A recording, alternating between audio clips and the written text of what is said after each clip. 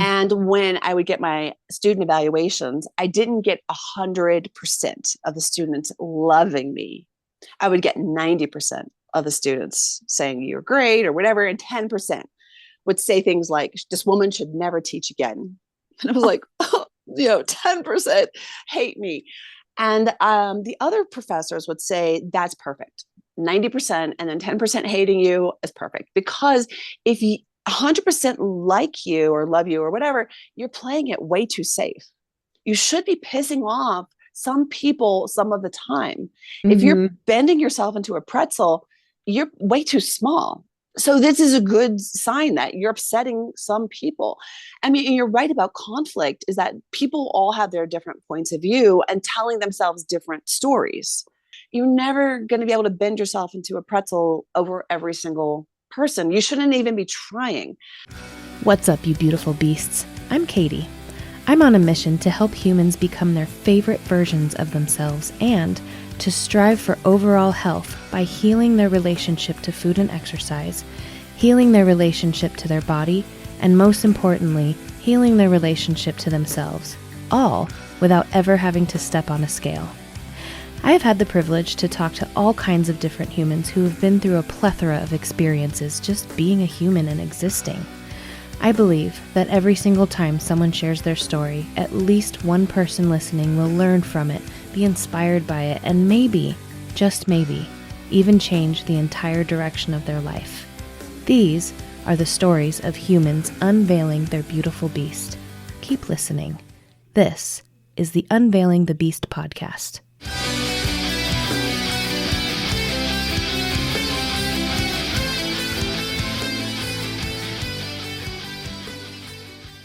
But now that we have a juicy side conversation that no one's going to hear, Okay. ladies and gentlemen,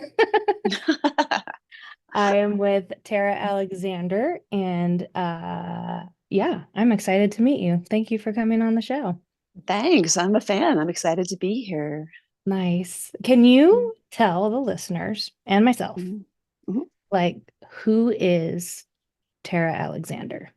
Who are you? What makes you you? Sure. Well, we tend to identify ourselves by our profession, and I don't like to do that. So I would say who makes me me would be the experiences I've had, the choices that I've made, good and very bad, the people that have surrounded me, good and bad. My guardian angel is on triple overtime at this point, and some good and bad luck. Pretty simple. Hmm. Mhm. So what would you say the essence of you is? And like you said, I don't like ever introducing myself as, hi, I'm Katie. I'm a this and that and this and that. Like we were talking about Right, certifications, like that's not right, who I am at my core. right. So, like, what are you passionate about when it comes to dealing with other people? What I'm passionate about when engaging with anyone, if it's work or play or whatever, romance or family, really is play and curiosity and integrity. Really just getting to the essence of other people and supporting who the other person is, and all of us engaging at the root of who we are, telling the truth of who Yeah. we are and supporting who the other person is so that I can be my true self, but also just really having fun, Katie. I feel like we're not having fun anymore as adults. Life has gotten to be drudgery.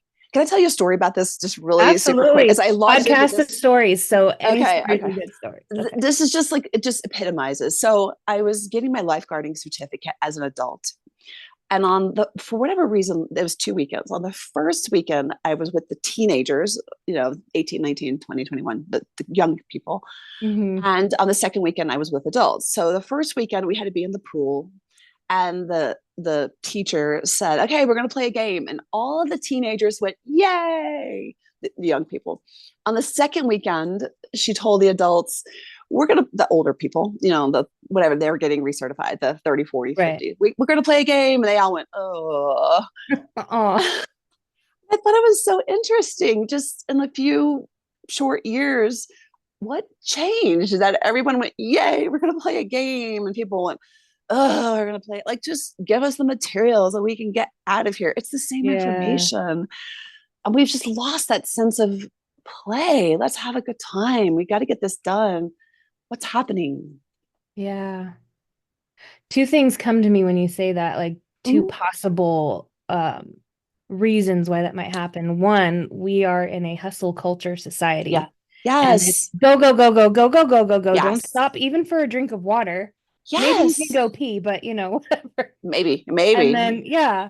And then the second thing, I feel like somewhere along the line as adults, we've been told that fun is for children Mhm. or that fun is wrong. And so because we have that judgment of the thing that we want to do, we don't do Right. it. Right. I mean, you're exactly Yeah. right. Right. If you're doing anything fun, it's a waste of time. If you're playing, it's a waste of time. There has to be some sort of code of honor for grinding it out. And studies all show and support that you're learning better when you play and have fun because you take your part of your brain offline. And so you can actually retain information when you're playing.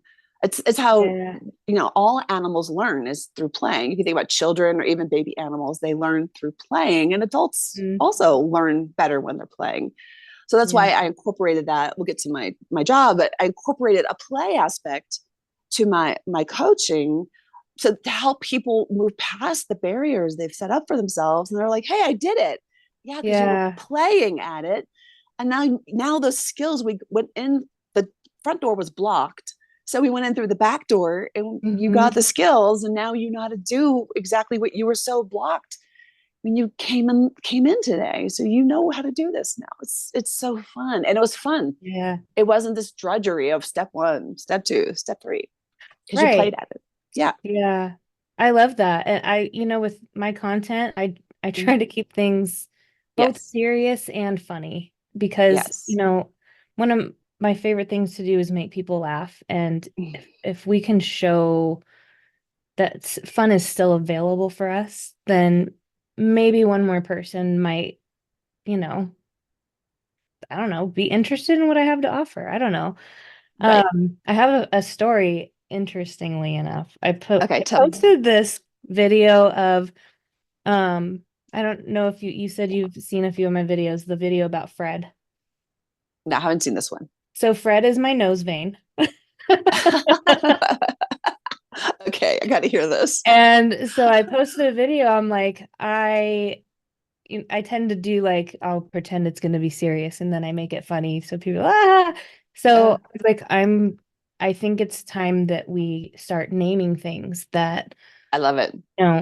it's time to name the things that we're insecure about. So that way if we at least bring it out and then I'm like, and this is Fred. And Yes. Yeah.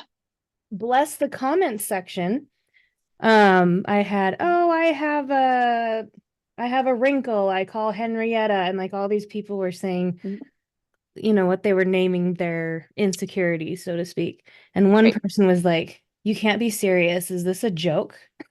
And the past me would have been like, oh my God, I did something wrong. But the current me is like, you need some fun in your life, babe.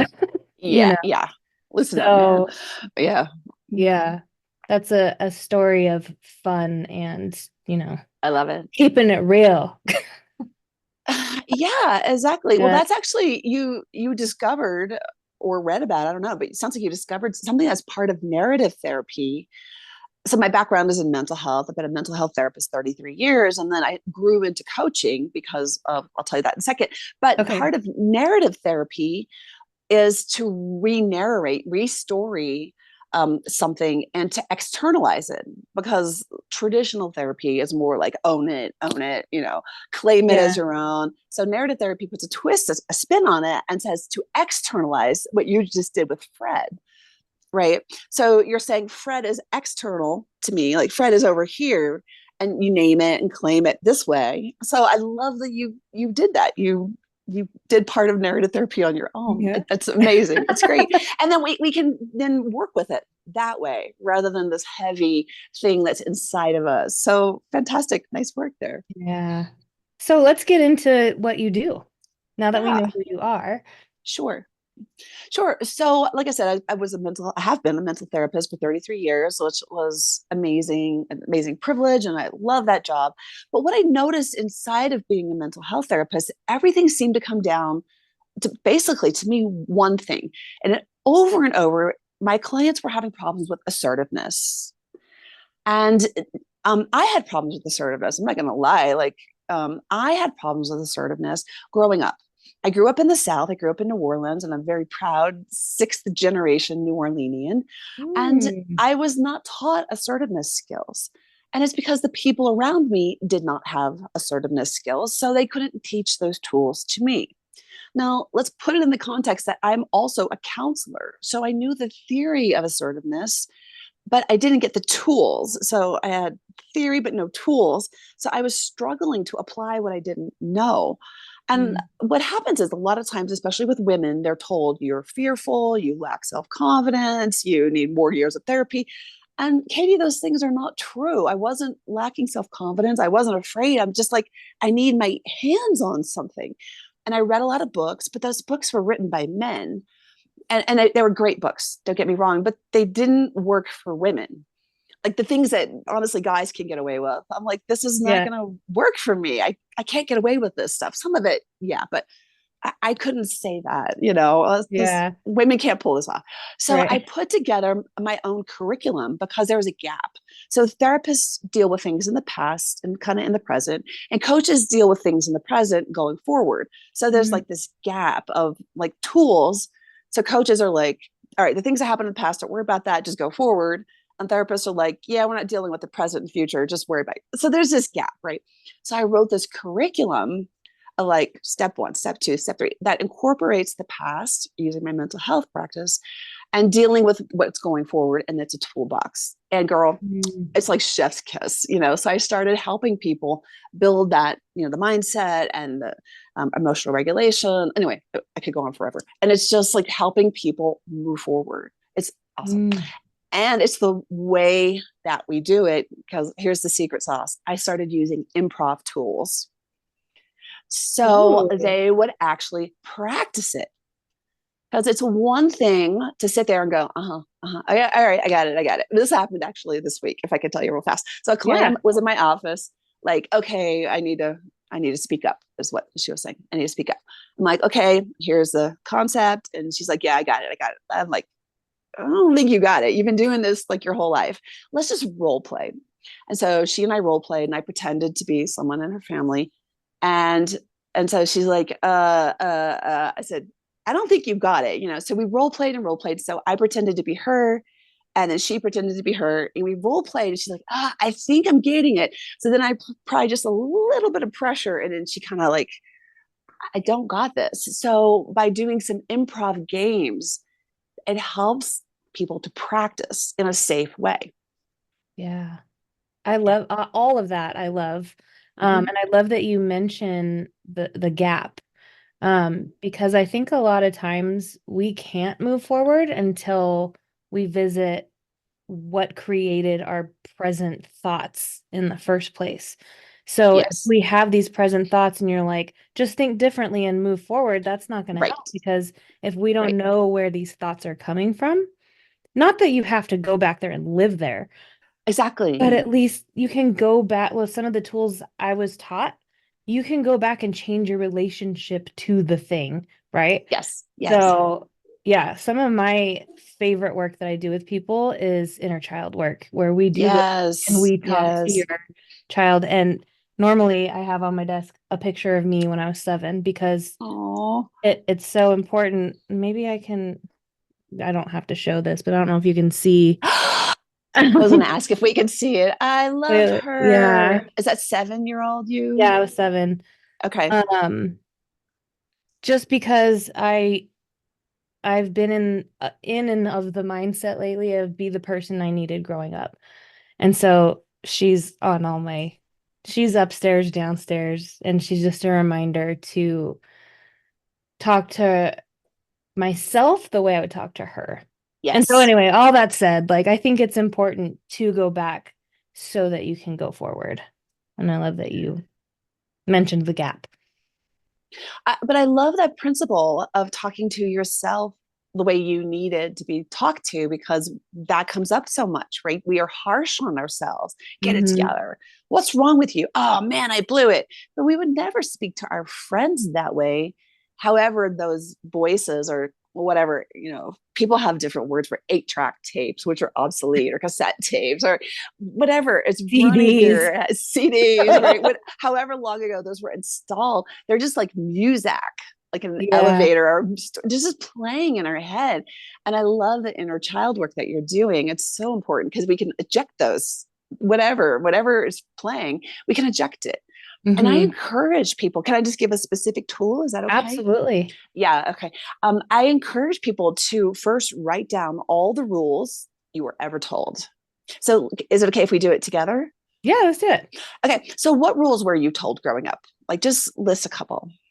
Now, are these implied rules or rules that were Both. actually verbalized? Okay, so one of Both. the biggest ones was that I take up too much space, which is kind Oh, of why I do the work that I do. okay. Um, So don't take up too much space, or do don't take take up, up too much? I take up too much space because I was overweight. Okay. Uh, So you take up too much space. take up too Just give much me some more space. rules. Yeah. Little girls don't wear black. Okay. Little girls don't wear Um, black. All right. I like let's that you're see. breaking it right now. So I love it. Okay. Um, One of the rules I learned was always follow the rules. Always follow. Oh, man, you're breaking all these Always, rules already. I love always follow the it. rules. Um, get good grades because you're my last hope. Um, Wow. Okay. yeah, I'll go deep. Yeah. Yeah. I Let love me it. I'm think. loving it. Yeah. I'm loving it. Um, don't swim after you eat. Okay. Yeah. I'm trying to think. I haven't even thought of these in so long. Mhm. Um, I'm blanking. Okay, those are Yeah. great. Those are great. So I Okay. encourage people to take a second and just like, not a second, take time and write down all the rules. And not that these rules are bad, right? Some of the rules are like, well, that's pretty reasonable. Don't stab people or whatever, right? Don't steal. Some of these rules are reasonable, but write down all the rules. Okay, to take whatever 30 minutes. And sometimes it takes days for these rules to surface. Write them all down and then cross out and put lies I was told. Hmm.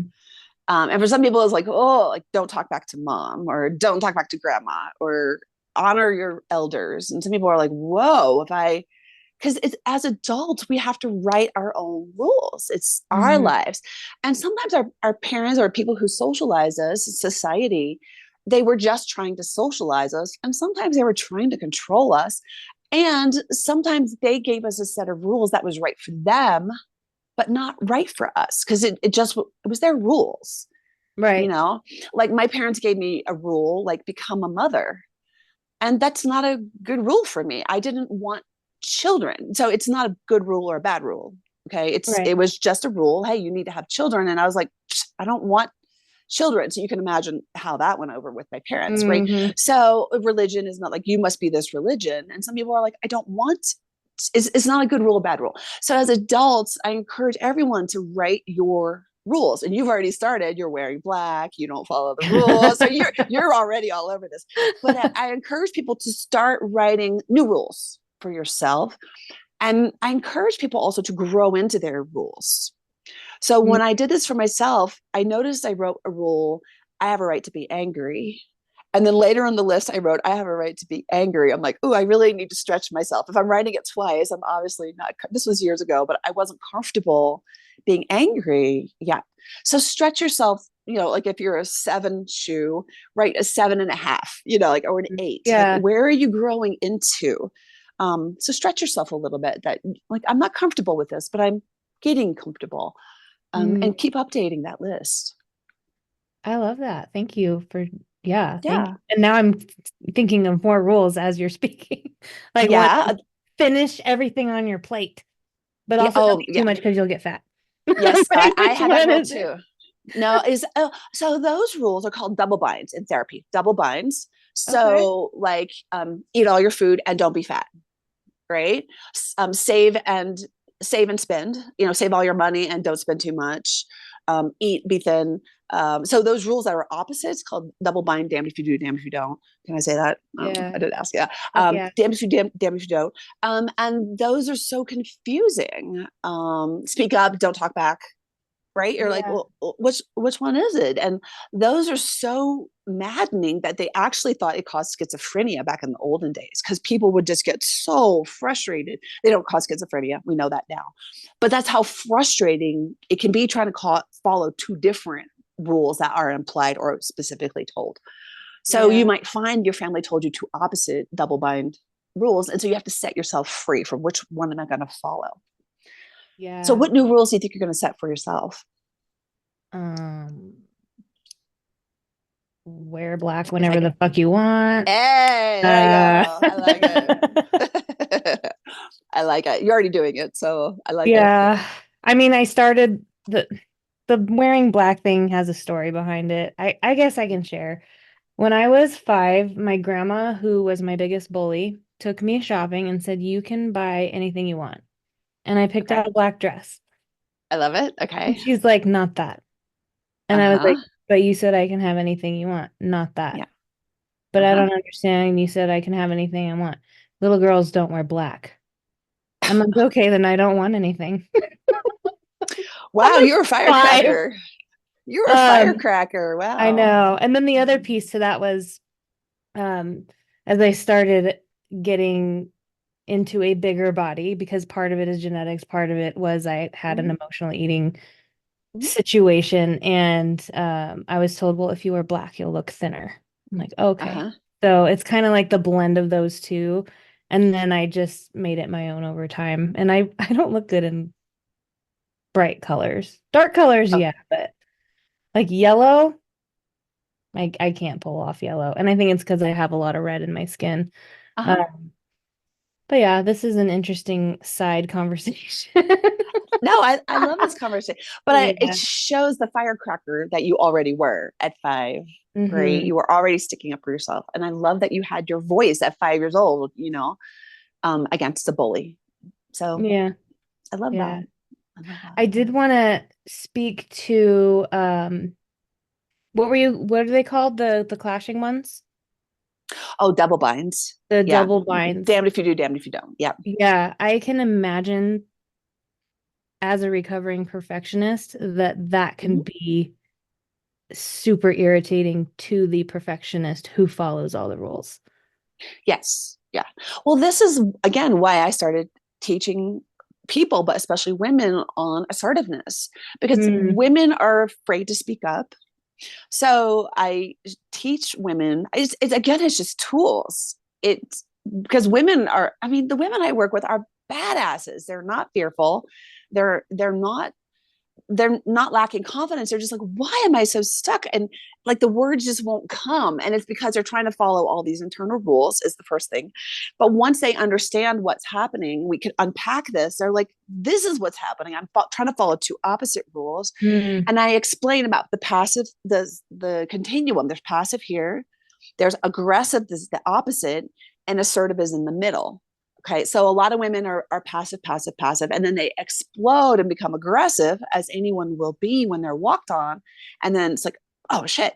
So then they swing back to the passive, passive, passive, and they swing back and forth. And they're not really sure what's happening because you don't want to be aggressive and you don't want to be passive, but they can't right. find that healthy balance.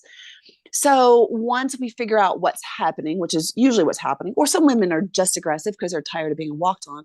So once we show them, I show them how to get to that nice balance of assertiveness, then we can move the ball forward. So it's just the tools. I'm just unpacking the tools. But what's interesting, I was changing my LinkedIn banner and talk about the improv workshop, and I was writing about it's hands-on, specific tools, and I was going to write never boring because we do it through improv. And I thought, would people sign up for that? Or does Mm, that seem like it's not serious enough if I write never boring or always fun? Would people say, well, that's not hard work enough, or she's not serious, or she's playing around? Do you know what I mean? Because yeah. it's too fun to learn this way through improv skills. So I don't know if people think it has to be hard work or grind to do it in a way that's fun and you feel safe and you feel supported.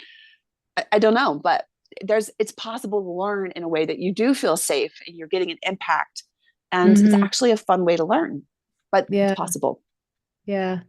I like to parallel that with exercise. People think it has to be hard and Yes. it has Yeah. to kick your ass and make you feel like you were hit by a truck. And it's like, actually, you're supposed to feel better afterwards.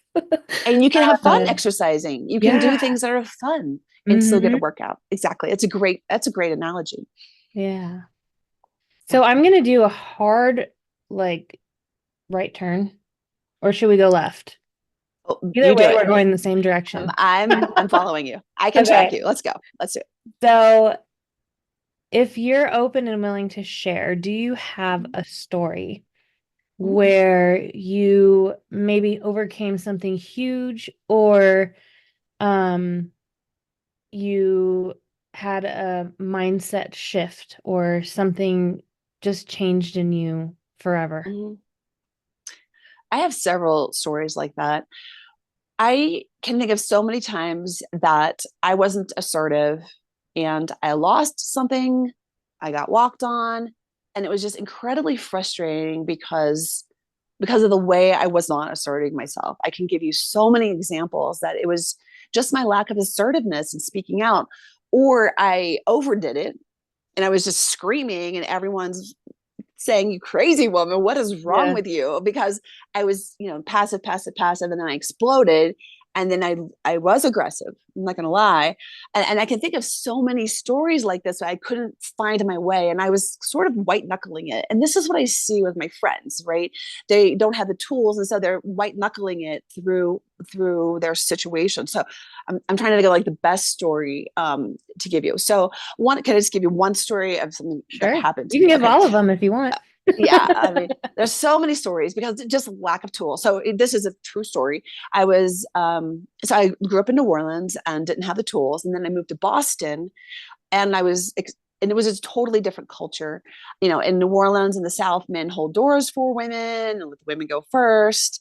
And in Boston, like they would just let the door slam in my face. It was just a different culture, and women were expected. It's just different, right? And so I got to Boston, and the doors were slamming in my face, and nobody would hold a package for you. It was just different. And so Yeah. I was expecting I guess a Southern culture because I had grown up there my whole life for 23 years. And when I went to school, I was not given whatever Southern hospitality. So I had to learn very quickly to assert myself, and I was failing miserably. So then I went back to visit my cousin in Atlanta.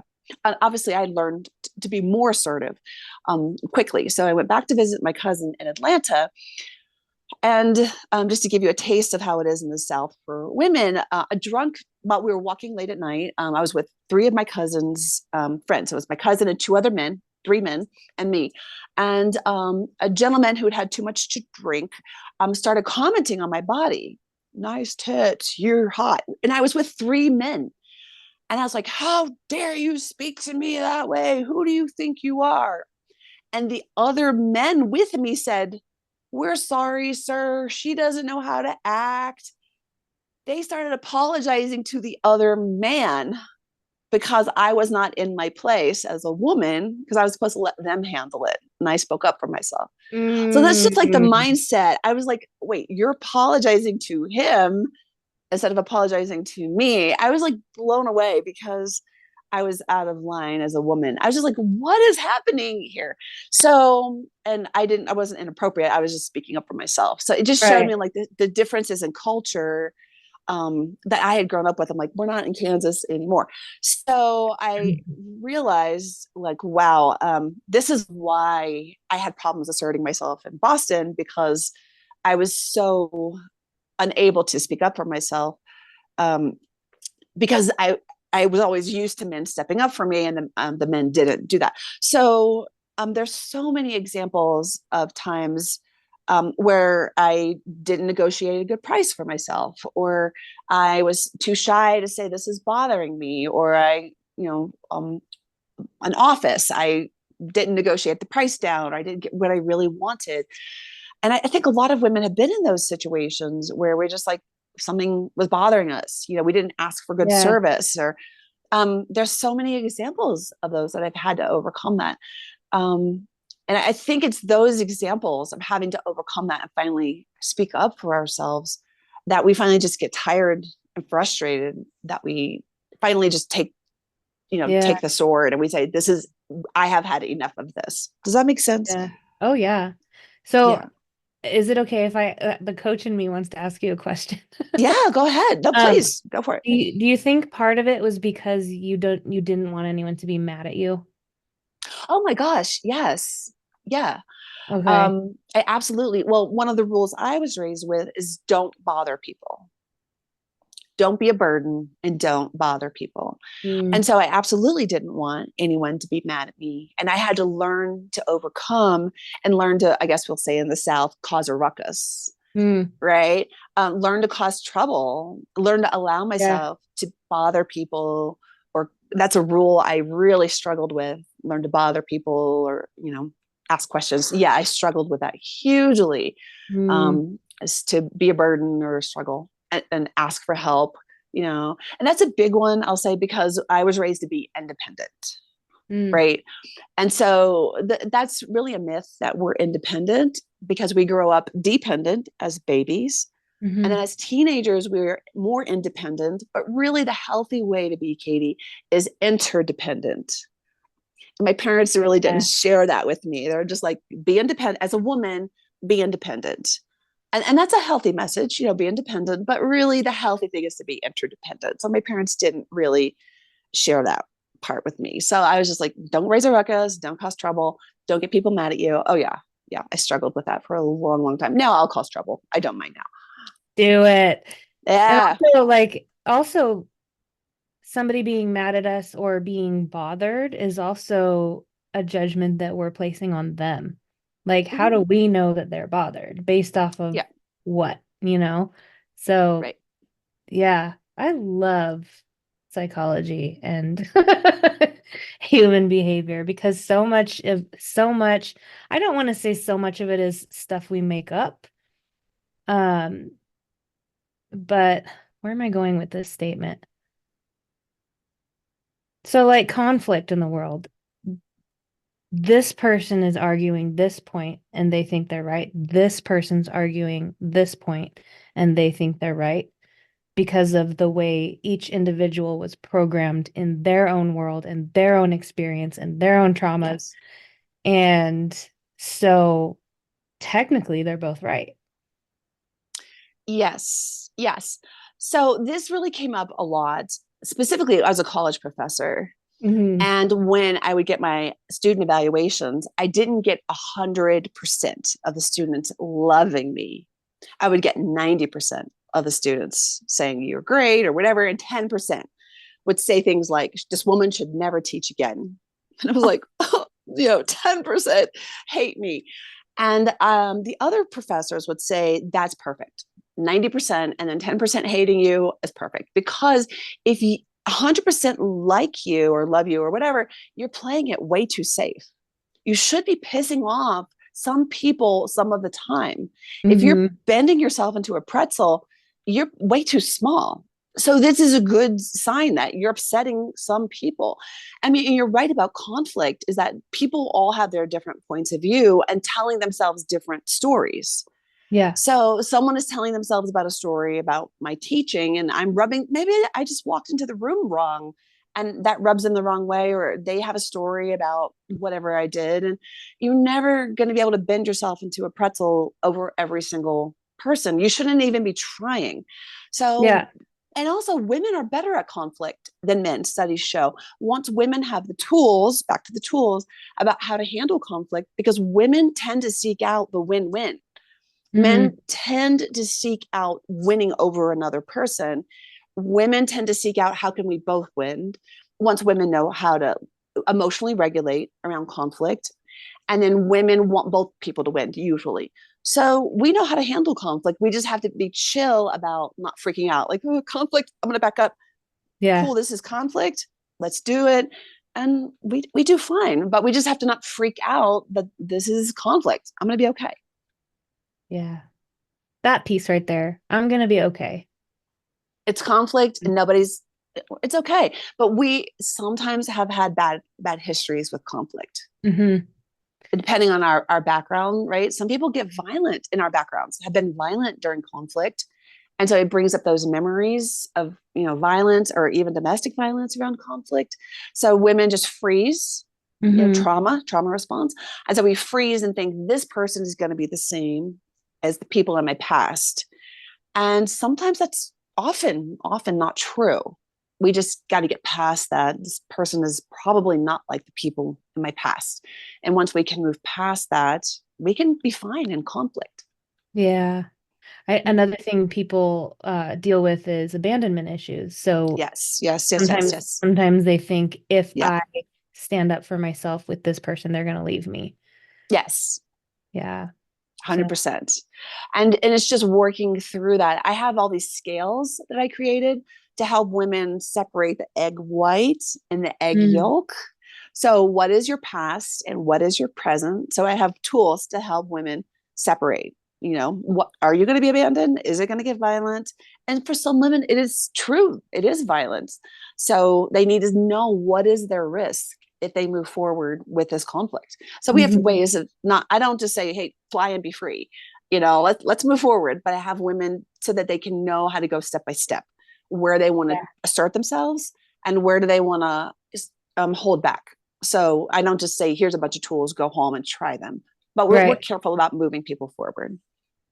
Yeah. One of the things I like to do, like in any situation with clients, is ask them, well, what would happen if? And then Yes, once they yes. answer, you say, and what would you make that mean about you? Oh, I love that. Yeah, or I even love, like even something they're dealing with currently, and they're like, I have this problem and blah blah blah, and I'm whatever. I can't think of an example, but yeah. then you say, and what are you making this mean about you? I love that. Yeah. You're such a natural storyteller, and I love that you focus on the story aspect of it. Thank you. Yeah, that's a really natural part of your personality. Yeah, you bring that in a lot. So I love that because Thank we're you. we're made of stories, right? That's a natural part of Exactly. our ancestry. Yeah. Yeah.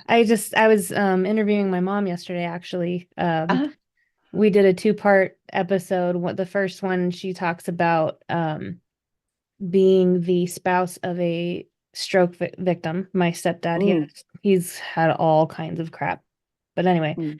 so that was that episode. And then yesterday's episode, we talked about a very deep subject, which is when I was 7, my dance teacher was murdered. She was friends with my mom, and it's very good. When it comes out, I'll send it to you if you want to hear it. Yeah, I want to hear this. Um, Yeah. but before we started, like, we have to like, for that deep of a subject, we have to like Yes. do all the good vibes. And it took us a while afterwards for both of us to recover from reliving it. But anyway, long story short, she's like, I'm old, I'm full of stories. I'm like, you're only 70. I mean, come on. Yeah. Yeah. Yeah, so, but that was just Uh, to comment on your, we're full of stories. Yeah. yeah, we are, and that's how we learn. Mm-hmm. It's part of our history is the human race, the stories, right? I love that. Yeah. Yeah, that's the Yeah. natural part of you. I love it. Mm.